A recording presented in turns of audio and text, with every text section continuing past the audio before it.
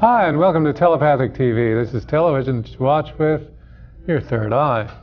And I'm Neville Johnston. And I'm Mary Phelan, and our program is about raising our consciousness. And tonight we're going to talk about anger, the subject of anger. Anger in the form of addiction also, so which is very interesting. First, let us do the Mayan. Dun, dun, dun. And today is 11 men. Men is the tribe of the eagle. Men means eagle in Mayan. And it is a tribe that is very logical and spans up high like the eagle to get a view of the whole landscape. Mm-hmm. Really, I would say all of anger originates in not having a big enough landscape. That you're looking at one little component and not the full picture. So it is a good day to have that. Yeah. So today is making decisions about the higher view. Yeah, and a great many physicists tend to run, scientists and physicists tend to run this tribe. That's very true. Yeah. I Carl dissolve Sagan. in order to create, which is what I spent the earlier part of today doing. Releasing mind, which is allows other aspects to take over besides just heart, but there's intuitive knowing and everything.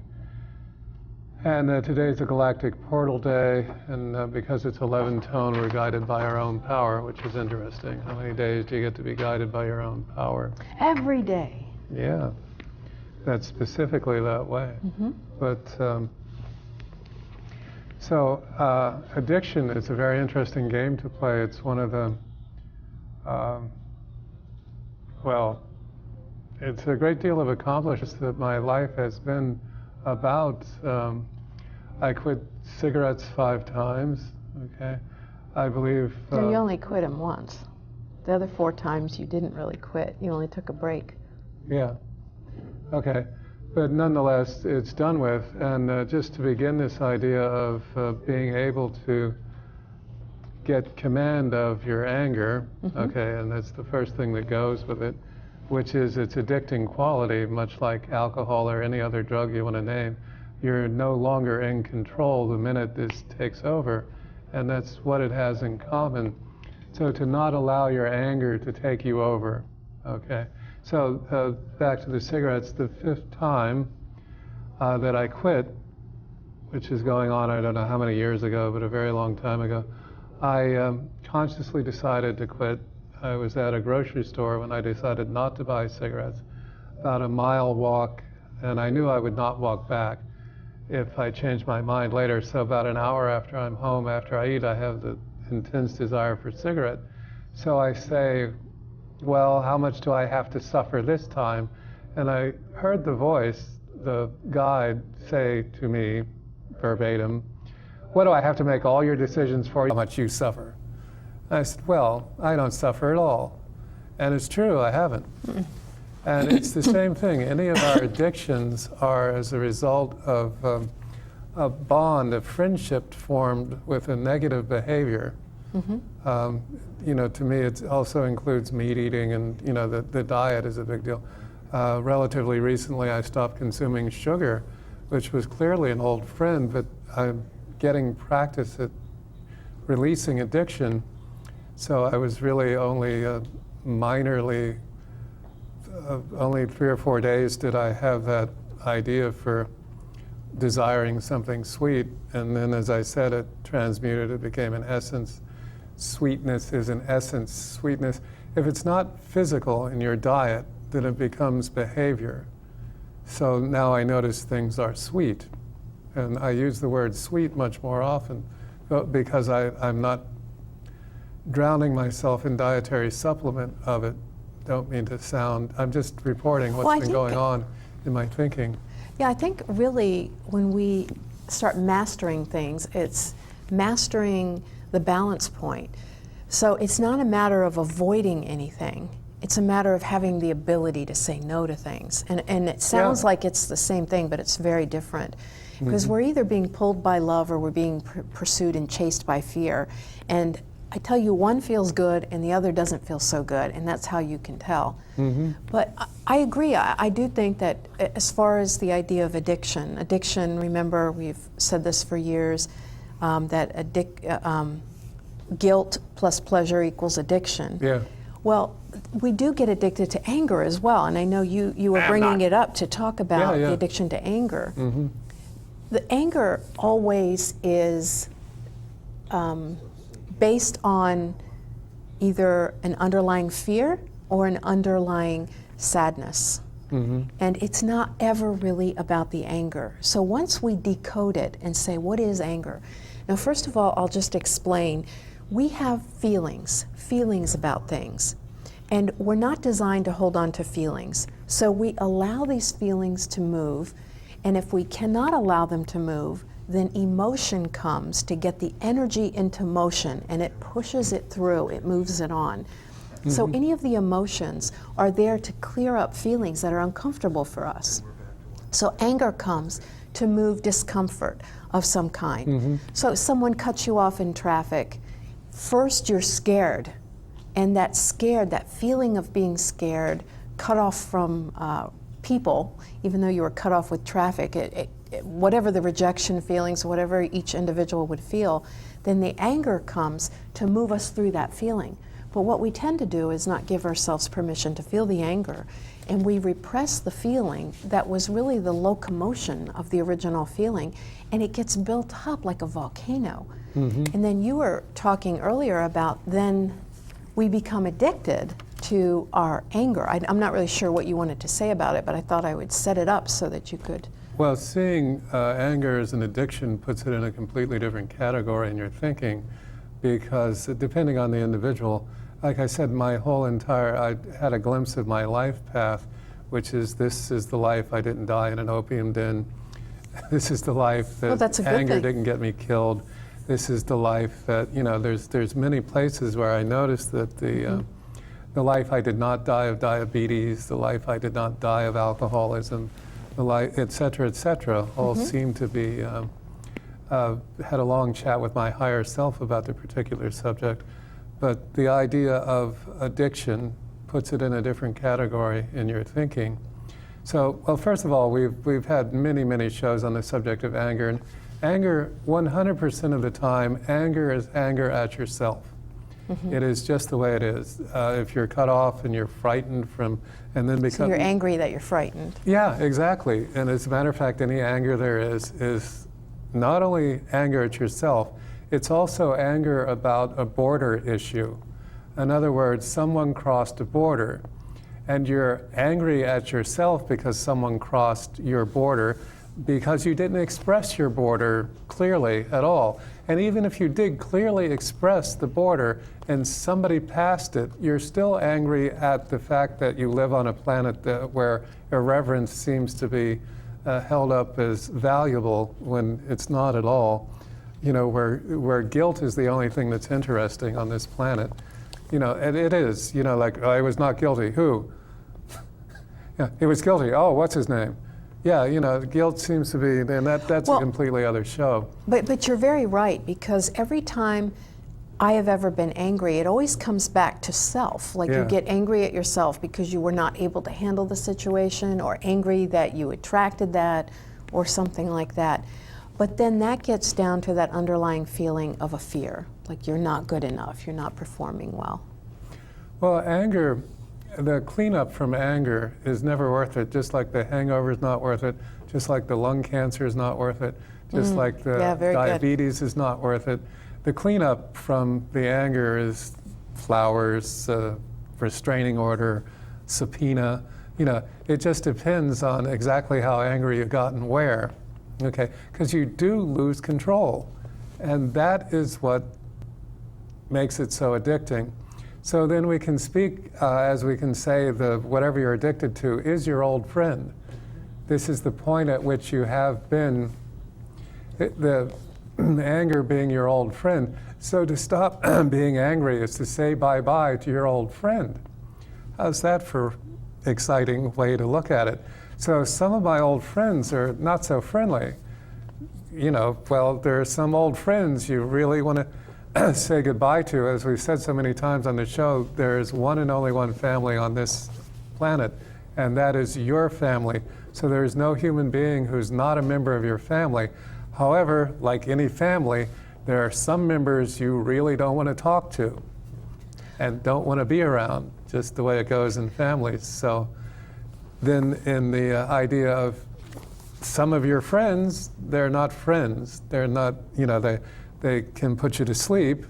We've seen this happen. Better known as the con man. If you've ever listened to an advertisement, since he's gone now, Billy, what's his name, that sold OxyClean from the Screamer? The Screamer, yes, yeah. Billy the Screamer. Billy Mays, yes. Billy Mays would put you to sleep with his anger. That's what he did. That was his method of operation. So for Billy, that was, by the way, he got bashed in the head on an airplane when the airplane and the suitcase went. And he said, "Oh, I'm just fine. Mom always said I had a hard head," which is incidentally what I said when I woke up in the hospital. Mom always said I had such a hard head. Oh, wow. Which is why I bring up Billy Mays, apparently. Well, if you look, here's another take on violence and anger. If you look in the animal kingdom, cats will flick their tail when they want you to stop doing something. And there are these phases, like babies will give you a face like this, then they'll do something else. And it's a buildup to the point where there is a display of some kind. Well, we humans have lost that. Oh, yeah. It's not like your boss comes and says, "Here, I've got work for you to do," and it's 4:30, and you've already closed down everything, getting ready to leave. And then all of a sudden, he's been sitting there all day, or her, and now all this stuff has to get out. And we don't have a tail flick. We don't wag our tail to our boss to let him know or her know that we're starting to get angry. "You're crossing my borders. You better stop it." So what we tend to do, since we still have those unconscious signals to each other, but we've lost our ability or our focus on looking at them and reading those in other humans and then being respectful to it. And so what happens, we're not allowed to do that to our boss. We have to let our boss do this if we want to keep our jobs, especially quote unquote in this economy, which I'd like to just throw that expression out the window for all of us on the behalf of everyone. But so what we do is we let it happen. And then the anger, which is designed to get us to move out of the situation or to express ourselves or to flick our tail, we don't, and it builds up and it builds up. And all violence is actually repressed anger, and it is not a result of the anger itself. It's the result of not listening to the anger when it's a trickle and letting it build up like a volcano. So if we start looking at anger as our friend and listening to it further upstream, we don't have to worry about those eruptions. Yeah, very well put. By the way, in the 50s, there was a book written called The Age of the Tail, in which a past, I think it was 1964, which was the future, all of a sudden there was a genetic aberration and absolutely everybody was born with a tail. And it proceeded to, 3 people perhaps in the entire audience have even heard of this book, but people grew tails and began to communicate with them in the same way that animals did. Now, we humans do have, but it's not really very legible. We have 1,000 facial expressions that would, if you were alert, you would be able to realize this. And so periodically I teach the subject of face reading physiognomy, which is kinesics, which is the micro expressions and things. The way in which you're sitting there will tell you the person's upset or they feel trapped or et cetera, et cetera. Okay, so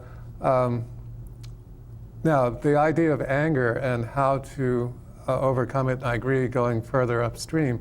But the thing is, the stream, to recognize that you're in the stream, because it's not like, oh, suddenly everything is wet, oh, there's a stream forming.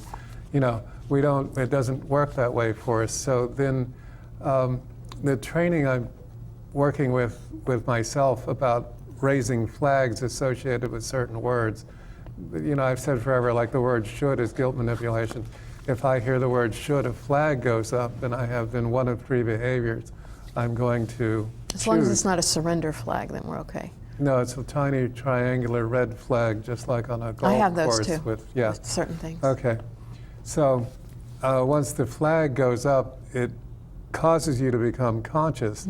Now, most people, I don't know if most people have a thing like that. I would highly recommend that one foster and grow such a thing in their thinking so that certain words and expressions and warning signals actually get you to pay attention instead of put you to sleep. Okay, and as we said, all other television, with the exception of this show, tends to, the byproduct is you're asleep as soon as you're watching it. No, I'm being entertained. We wake you up. Yeah, this is the program that's not with the program. This is the program that's designed to wake you up. And it is on your side. Yeah, yeah.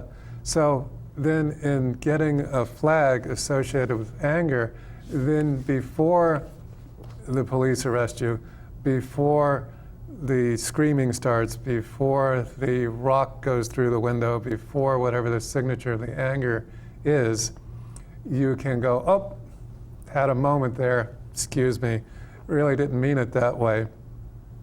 Well, because we're born to push each other's buttons. It seems to be the number one human behavior. Well, I think that really, since anger is a cumulative thing, when we explode, the remedy of it is tracing it further upstream, but living in the moment helps too, because anger is never about one thing. It's about a lot of things. You don't get mad at your husband for leaving a wet towel on the carpet over that one time. It's after the 50th time you start really getting angry. And if we felt okay about communicating, and I think that the world in this era, everybody is so inward focused on how reality looks from their point of view. And I'm not saying that's good or bad, it's just the way it is, that we're not really looking at the bigger picture. There has to be the me-we. It has to be that we're all part of the big picture and we're part of our unique individual picture. But it's always about an accumulation and a resentment that is rooted in the past. All anger is. So if you can clear your past, which is the work I do with people, is to help them clear some of these old events and the emotion that's connected to it, particularly the anger. And then when an event that's like that happens, they can not tie it into the 50 times someone left a wet towel on the floor. It's just a wet towel in the floor, and all kinds of remedies come to you because you're all about that one thing. We can process any one thing. When we get into issues is when there's 50 and they're in the past and we can't really do anything about them anymore, and they're all right in this moment, and you've had no sleep and you're stressed out, then it just all flies off the handle. Well, yeah, it's in the now. It is just one episode. You know, even if it's a repeating pattern, it still is. So that's very therapeutic then, to just be in the particular moment. And if the other person doesn't carry baggage, and you know, as Dick on Third Rock from the Sun always used to say, it's my baggage, nobody's touching it, get your hands off it, it's mine, I brought it, I'm going to keep it. Okay, well, so if I wanted to, as I was saying, the pushing buttons seems to be the single biggest human amusement available to us. And basically, we all walk around looking for buttons to push. Whether or not we're conscious of it is an entirely different thing. I remember on Dharma and Greg, I think it was one of the characters on it said, they're my parents. They installed my buttons. Of course they know how to push them. You know, so that was cute. Yeah, yeah. So we're all this massive buttons waiting to get pushed, and we walk around looking for other people's buttons to push. And then that is this anger thing. So when the button pushed sets off a flag that amends your behavior, then the button doesn't work anymore. And so love being the most powerful thing there is, as soon as you feel your button pushed, if you immediately say, I love you, that takes the steam out of the entire button push fanaticism that seems to go on our planet. And in fact, they were thinking of changing Earth, which is the same letters as heart, to a button push planet, or BPP. BPP? Yes, button push. You bet your BPP. Yes, well, I think so. What you're talking about, the button pushing, is a topic that I had wished to talk about, so I'm really glad you said that, so that I could remember it. And that is how people express their anger through passive aggression. And I just thought of something, that passive aggressiveness is when anger hits morality, when it comes up against morality. And it tends to then go subversive, or like the two tectonic plates where it gets subducted or goes under the other plate. what happens is we're angry.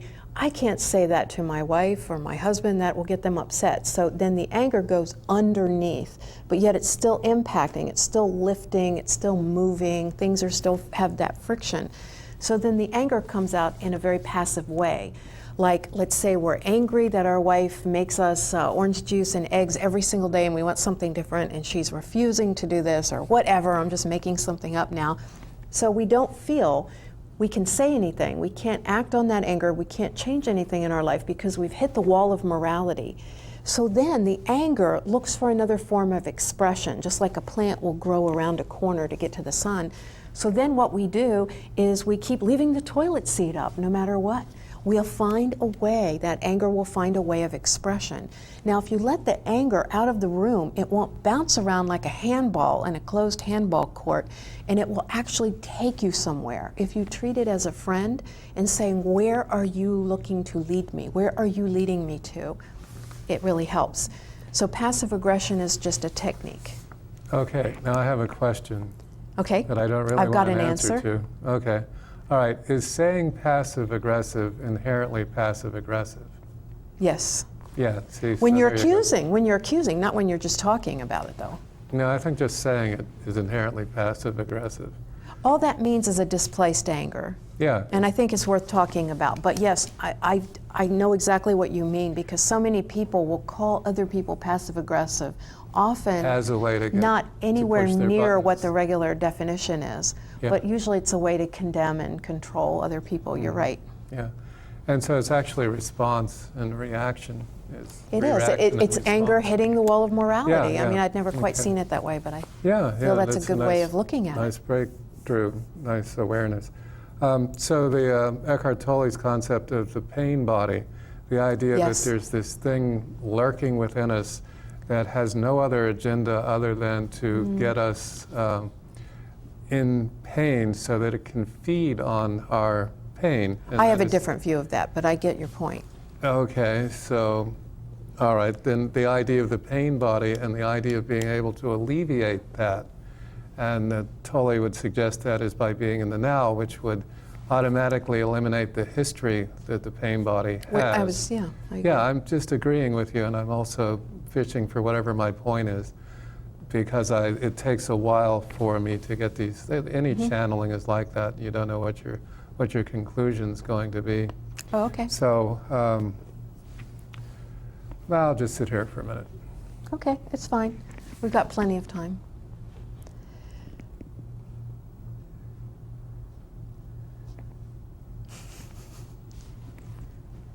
Na, na, na, na, na. You know, it's funny. People do get very uncomfortable with dead air, with not talking. Change the channel. No, I'm not talking about the people out there. I'm just talking about everybody in general. It is command in its own way. Okay, so living in the now.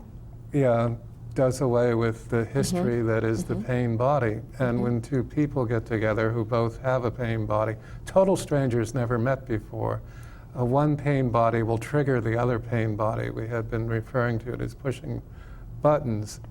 Okay, so if the button push raises a flag that tells you not to become angry, instead of the flag that tells you, or instead of no flag, instead of the unconsciousness that button pushing creates, okay, then we solved it all. We can all go home. Good. All right, I'm done. It reminds me of a comedian we saw. Remember when we were in New York doing that filming? And this comedian was talking about, he would go trying to find a woman or something, and he goes, all these people in pain, going to these bars looking for people, and he said their mating call was wah, wah, wah, or something like that. Yeah, yeah. It was very, very Yeah, it's hysterical. very true. Well, if it's funny, it has to be true. I think that is really wonderful, the Eckhart Tolle thing about the pain body. Yeah. I felt, though, and this could just be a way he was languaging it, but I personally prefer not to look at this pain body as this separate entity that's looking to subdue me. Freud really set forth this idea that we have some evil subconscious mind or unconscious mind that we put all of our repressed desires into, like a recycling bin or a trash bin. and they just sit there flailing until they get a chance to act out unconsciously, and that there is this inner enemy. I feel our pain body is not there trying to keep us in pain, and that's why the buttons get pushed. I feel if we would talk about what the pain body is, it's actually always seeking out and finding a solution, and that it only brings attention to itself for that purpose. It gives us clues everywhere we look. People will have all these spontaneous things happen to bring out things when they know they're going to come see me or somebody else or another therapist. Our subconscious mind, unconscious mind may look like it's against us, or a pain body, whatever we call it, but it is always seeking out healing. And remember, love brings out anything unlike love so that it may be healed. And I think it's just a slight perception change, but one that's profound further down the road. Because when we look at our pain body as something against us, then we've got an enemy inside of our head. And that does not take you to oneness, it takes you to separateness. So if we look at everything as on our side, that's all I had to say about that. But the idea of that part of us always getting triggered, looking at it as love bringing out anything unlike love so that it may be healed, rather than people sinisterly pushing buttons, is a path to healing, really. Yeah, and they are all paths to healing. That's the thing, yeah. I remember very early on realizing that there was actually no anger, there was only fear disguised as anger, which for a long time helped, because if I would start to get angry, the question becomes, what am I so afraid of? And so that's, but it does require that we be on our own side, that we begin to shed light on our mental processes, because they become so unconscious without consciousness. The subconscious is the connection to the entire universe. The unconscious is where the consciousness is not in charge. Which happens like you unconsciously put your car keys someplace and then you cannot find them because you weren't conscious when you put them down. Just the terminology, just the words that we use. I've heard subconscious is the one here and the unconscious is the connection to everything. So I think it's just whatever you pick. Yeah, but the two minds, and a lot more than two minds that we have. But to get us aligned with the higher I, at this point, prefer the transfiguration of the mind, the idea of the mind holding the higher frequency consistently. And even within the consistency, there'll be that waveform pattern that we all exist in. I'm happy, happy, angry, angry, happy, happy, angry, angry. You know, this is the pattern we live in. So, but to get the step to be not so high, to get us to an even plane where the waves are not so chaotic. Yeah, I think even too is just to pan back and know that we're more than the mind, and that the transfiguration happens to our total self, and our physical, our mental, our emotional, and our emotional is often overlooked, and our spiritual. And that we can't just focus on one of them, that they're all in the picture. But I agree, like I was saying at the top of the hour, that all anger, underneath all anger, is fear and sadness. And I do agree with what you were saying, and I felt that for a very long time. And I had that concept in a very different way presented years and years ago on a Johnny Carson show. I was a little kid, and somebody on it was talking about how they were cut off in traffic.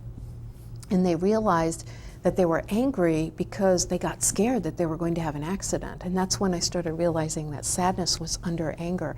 And, fear and sadness were under anger. And if you look at every time you're angry, one of those is sitting right there. Did we? Oh. Yeah. Well, you can call into the show if you would like to join in. It's 571-749-1166 if you'd like to be in the discussion. We'd love to have you call in.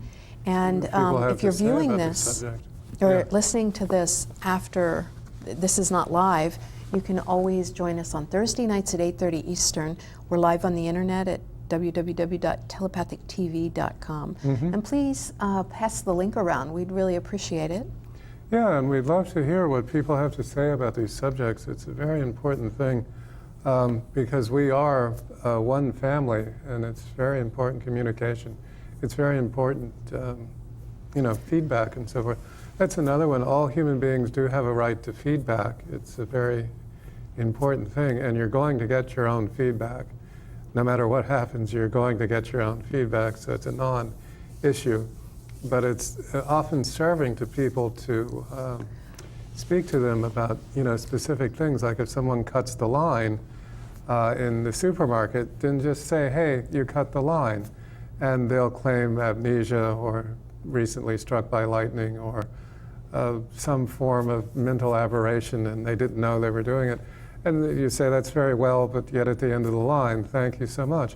And that's very important feedback for that person, because they, when you are out of line, it's the same thing. If you never said anything to your kids, they would grow up chaotic, which explains a lot of it. And that's the kids and the chaotic. Well, like the kid that was kicking the man's car to make the alarm go off, just doing that repeatedly, thought it was funny.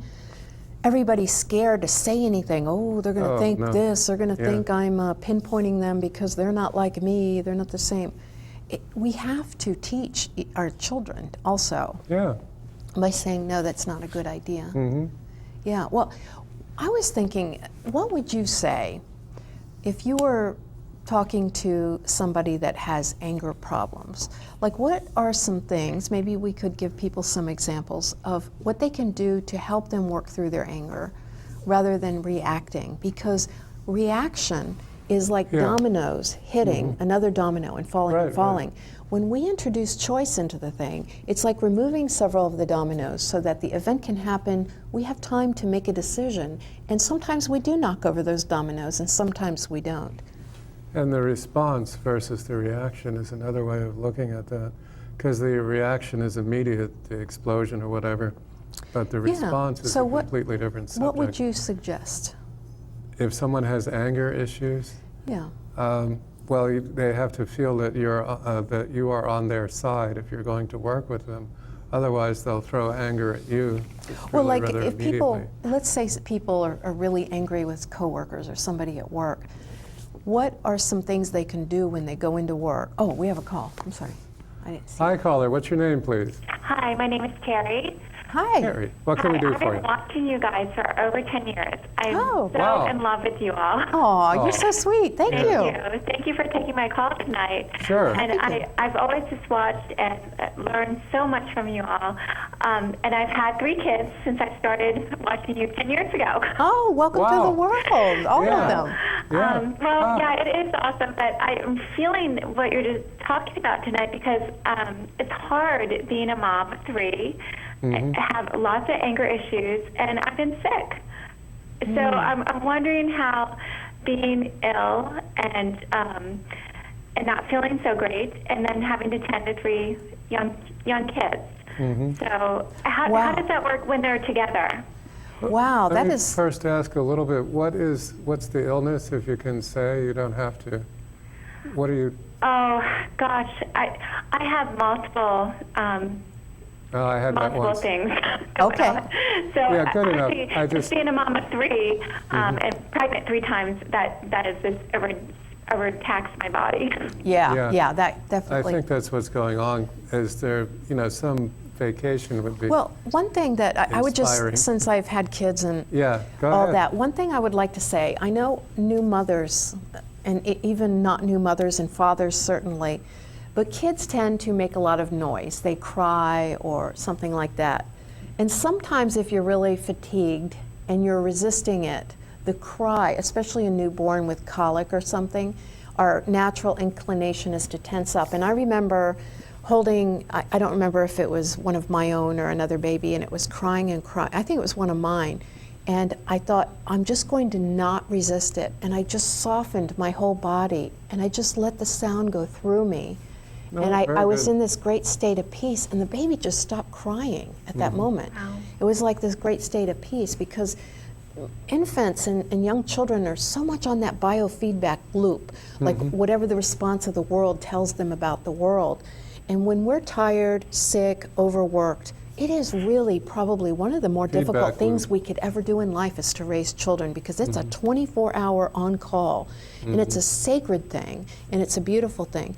So I think, what would you say are the types of things that make you angry? Well, when I teach them something and then they do the opposite, that really sets me off. Okay. And so I know about hitting the moral wall that you're talking about. Yeah. But they can do better, and they have done better. They just won't do better for me. Well, now you see, that's where your source of anger is, because you're judging yourself for not being able to teach it better. But I think more primarily is that it's going through an interpretation filter that says, I am not getting respected, which leads to a room where I am not respect worthy, which leads to a room of something that has happened in your life that led you to believe that, either to you or just something you've witnessed. So if that gets traced back to the point where you don't believe you're respect worthy, and then you trace it back to these events, then you're going to interpret them disobeying that teaching as not being a disrespect to you personally, but just in action. And then you just let it blow through you. And I think that since love brings out anything unlike love so that it may be healed, your children are trying to help you heal this. And so therefore, they're getting something out of it too, but that's there for you to heal. And then be an interesting experiment. So say an affirmation when that happens. Try to catch it as farther upstream as you can, and just say, I love and respect myself unconditionally, and just say that, chant that that to you. And then you can deal with that from another place. And when you deal with it as you must do this, and not this is my disrespect and I'm mad at myself because I can't command respect from my kids, then they're going to listen to you in a different way too. Did you have Great. Interesting. I did. Love being the most powerful thing there is, and that was very brilliant to just allow it to be. It's the resistance and everything that it's gets worked it every to single redouble time its, for me. It gets it to redouble its effort. So another whole aspect is the idea that we, the human beings, are actually love generators, which is very little known, and anyone who happens to be a heart doctor would do well to catch on to this. Pardon me, a lot of thoughts there, good point. So we're this love generating device, and we're also absolutely genius at creating resistance. So you put those two programs together in a human being, and for our heart doctors, that's called high blood pressure. That is the way it works. In other words, you're the love generator, and you resist the love, and the love says, oh, you're not resisting me, I shall increase my effort to be love, which of course it does, and then you increase your effort to resist it, and then the ram's heads meet, which really trip hammers your little heart there. And so that's abstracted, but still a process that's going on. So then if the child is being angry and exhibiting all this stuff, laugh at them. Well, actually, because that'll really tick them off, and then they'll either reset or they will turn into something. But still, the idea that humor is very much the other aspect that we leave out of healing, and the axiom: if it's not funny, it's not healed. So the minute the kid being arbitrarily less than they could be strikes you funny, then the kid will have to self-correct because it just gets it across. That reminds me, a person that used to come around to things, she said her granddaughter, when her granddaughter would cry, her granddaughter was like 2 or 3 years old, and she'd throw a temper tantrum, and she got a mirror and put it on the wall about 2.5 feet off the wall, and she made the granddaughter look in the mirror, and so she'd be crying, and so she'd go look at yourself, and she'd stop crying, and because she didn't like the way that looked. It's kind of like that biofeedback. So these are a couple of different ways to approach the child. Thank you so much. Oh, well, thank you. Humor probably Let the whole house run in mirrors at their height, the entire house, no matter where they are. But really, just to punctuate that point, when we remove our issue out of any situation and say, this is my stuff, this is about being respected or being loved or being honored, whatever that is, and deal with what is at hand, and the past isn't just the many towels, it's our history too, then it's so easy to deal with that. So keep me posted. Please email or call in next week and let us know how that works out. Okay, thank you. Thank you. Yeah, We'd thank love you to for hear calling. from you. Thank you. Please call anytime, every week. Yes, call all 24 hours the a day. The But kids will still, say, Mom, I'll do yeah. anything you want. Just get off the phone. Well, Yes. I came up with one joke. Good. You know, like I printed a picture of a donut one time and I wrote under it, cop circle. I thought that was funny. Very few That laugh is. at that. But this think one it's is, funny. you go up to somebody who's having a quote unquote bad hair day where the hair is going on all different directions. Say, boy, man, you really need a hair traffic controller. That's good. Yeah. I know. It's the eyebrow hairs that are actually what that Okay. refers Well, to. you need a hair Yes, traffic thank you. controller. That's very good. Okay. Now, another thing that we've taught on this show simply forever that still applies to the phone call there, well, the basis of it is whatever you don't like about the other person is what you don't like about yourself. It's true. And so if someone insults you, they are talking about what they don't like about themselves. So that's why the mirror of the grandchild works so well, because that's what the grandmother did not like about the child. And then once the child saw that's the way it was. So to tell a story for possibly the last time, but in the days when I would always wear a cummerbund and a Hawaiian shirt because I liked the look, and that's why, someone called in and said, "Oh, dude, that's so gay." And I said, "Well, why are you telling our audience that your father disapproved of you and that your wedding turned out to be a total disaster? Why are you telling everyone that?" Because that's exactly what he said. You know, in other words, the cummerbund, you can do the math on this, or do I have to go find the logic from so many years ago? Yeah, so as soon as someone insults you, you know they're talking about themselves. I was eating a vegetarian dish that looked very much like meat, and someone said, "Well, you're eating meat again." And I would have, but did not say, "I'm so sorry to hear that you lack faith in yourself."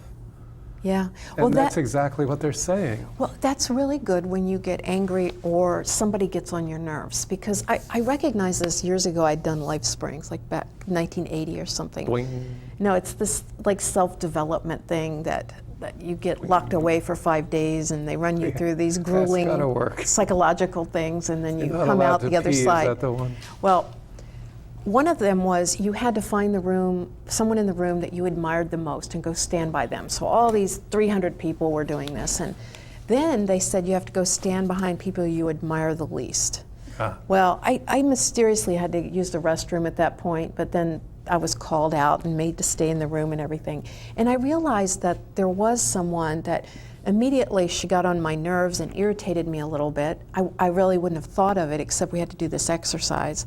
And what I realized is there's some part of me that she represents. So instead of hating her, I'm going to bring it back in where I have some power. And so I just said, I love that part of me, the part of me that does X, Y, and Z, whatever she does. So that helps you to not be angry at people. Yes. And I heard a quack. Here we go. Are we going to have cheese and quackers? In a minute, here comes the... Well, we are making jokes. So jokes and cheese and quackers. It's pretty cheesy. All right. I got expansiveness. And that's another way to get out of anger. Expand larger. Remember, let the anger go through you. Let the frustration go through you. Just take a deep breath, don't resist it, and let it move through you. Creativity. Excellent. It's definitely going on. You're Yeah. working on your next edition of paintings. Yeah, we are going to get all of your artwork up. Neville is quite a famous you. artist. He's had some of his aluminum sculptures in the Smithsonian. Gone around the You've world. got copper sculptures, and you've got lots of paintings. Yeah, and So if I'm anybody's ever inspired by interested in looking at those, some Yeah. of your paintings are on the website, but I'll get more stuff posted soon. We'll work on that, and perhaps an agent will appear. Well, what you're doing now is very intriguing too. Mhm. Yes. Wow. Which works. So you're not bad for getting angry. If you're a rageaholic, that just means that you have a lot of pain. You have a lot of fear and a lot of sadness. And let's work on that instead of letting your anger try to Yeah, the anger is 3 or 4 dynamite items down the you stream. outside of Yeah. what's really going on. We have a call. Yeah, hi caller, what's your name, please?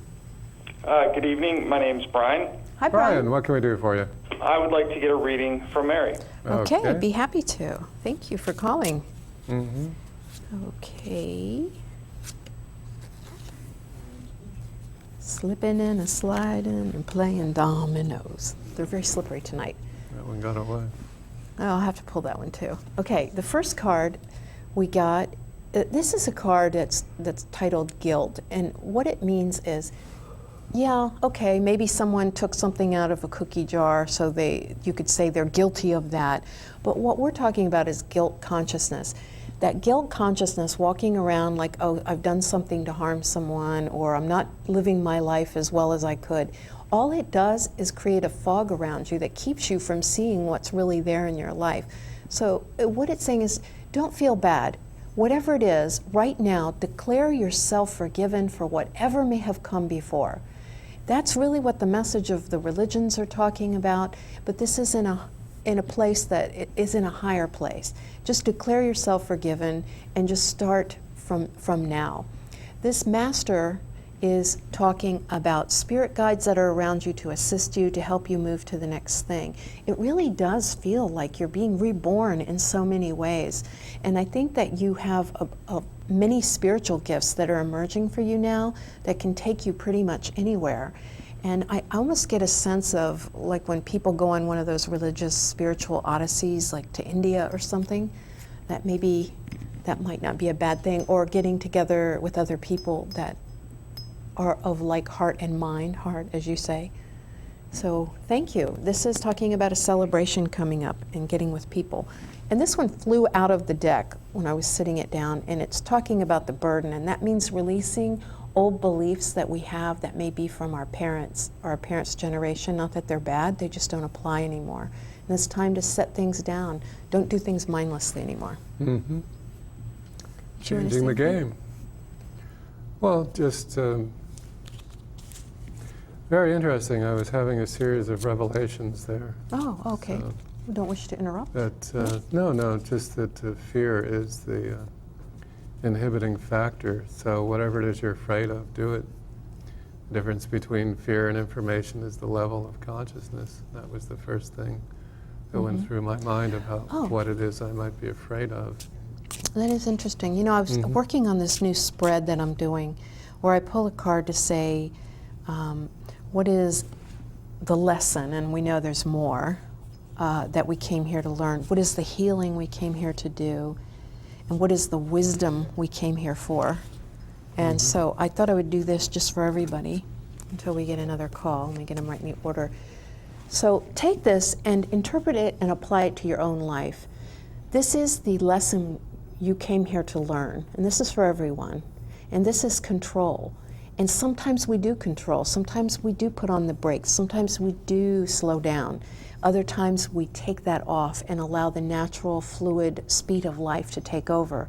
And so the lesson that you are here to learn is when and where to control and how to control from a place of power, which means you're not controlling, but that you're really seeing what's there. Okay, and then the next one is the healing you came to do. And this idea that we have to be something, that we can't just be who we really are, that this is the laziness card, that somehow we're messing up all the time, and that we have to be performing all the time. So the healing is to know that we're not here to do, we're here to be and to learn and to create. And then this is the wisdom that we came here for, which is the when the time is right, knowing that the moment contains all the fruit for you right now. You can't eat that rotten fruit from yesterday or the green fruit for tomorrow. You're here with the fruit that's ripe right now, so enjoy that. Excellent. Yeah. Okay. So we have another caller. Hi, caller. What's your name, please? Don. Don, what can we do for you? I'd like to have a reading for Mary. Okay. Be happy to. Thanks for calling, Don. Mm-hmm. Yeah, we appreciate the calls into sure the show. do. That's a very exciting part of this program is you can participate in it. Yeah. Well, the first card is morality. It's kind of interesting. We were talking about anger hitting up against morality. one time I was angry about something, and it woke me up in the middle of the night. It was so unfair and so unjust. And I realized that often when I'm hurt or angry or get mad at someone, that I've judged my performance. And I wrote a bunch in my dream journal. And this card is about that, that maybe you have been judging your performance, and it's time to get on your own side and not be so critical of self. And how you can do that is pan up. Now, one of the things I felt when I looked at this card is this may be connected to your job in some way. It almost felt like changing companies or looking at a broader horizon, that it's not really bad, but where you are or the situation that you're in, and that it may have been very serving for quite a period of time, but that you might find some other opportunities coming to you. And maybe you haven't been contemplating it because you're fearing that you may look back and regret it. And if we live our life that way, we never really miss anything, but we don't walk as directly as we could. What this is saying is that when we go back and clear out those things, like when I was talking earlier about clearing that history of that harmony to what's going on, then we don't make it personal, whatever's going on. So this is a great time of healing where you take the old sorrow that you felt, and it's time to heal, and you can see the blinds, because sorrow makes us blind to that beautiful blue sky out there. So it's a time of profound healing coming for you. Excellent. So thanks, Don. Excellent. Yeah. And our next caller, hi, what's your name, please? Hello, my name is Rosa. I haven't talked to y'all in a long time. Oh, hey, Rosa. yeah, Good to hear from you. Good to hear from y'all. See y'all. Yeah, same here. I'm back with Verizon now, so I thought I couldn't think of what channel y'all come on your phone number, and all of a sudden I just turned, and there y'all was there. Instant. And I said, Lord, I need to ask him a dream. And okay. I'm having all these weird, strange dreams, and I don't know what they mean. Oh, okay. I had this dream, somebody and his big finger stuck their finger out the heavens and wrote this big note on my door. And 2 months ago, I had another dream. This big finger took their knuckles and was knocking on my door.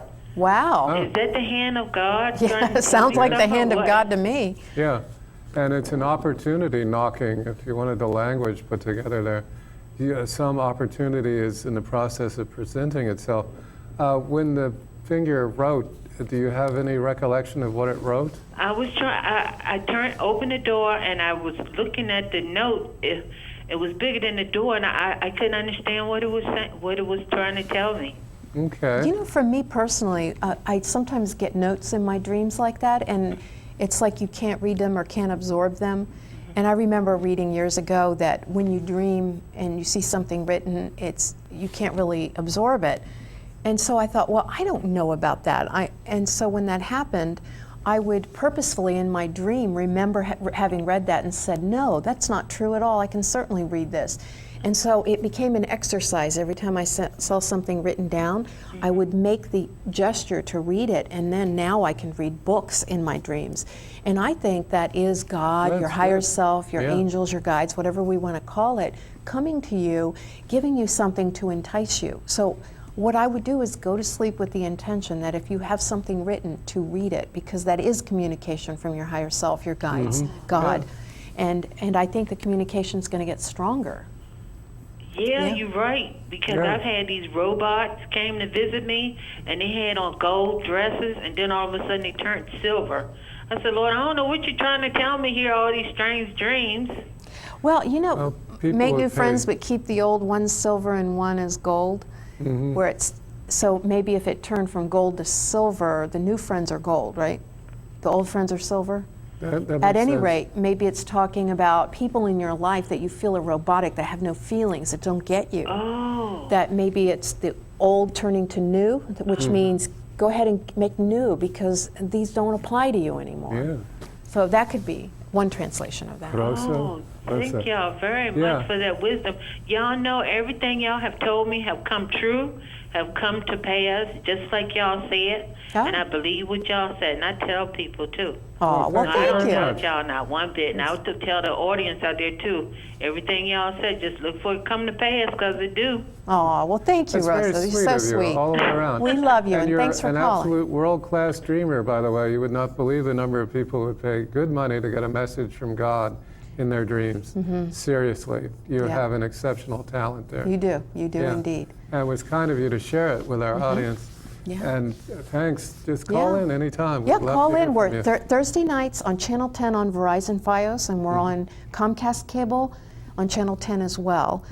Unless Comcast is in another county, then it might be a different number. Well, but either way, or you can Verizon, get us wherever on the you are, if you're in computer. Fredericksburg, all the way out Yeah. to Fauquier County, or we're on around Channel the 10. planet, you can get us at Or telepathictv.com. on the planet live. And So we're about to thank you. be at Ruby Tuesdays in Thanks, Fairfax Rosa. Circle. So if you're out and about, and presuming this Rosie, is indeed I'm sorry.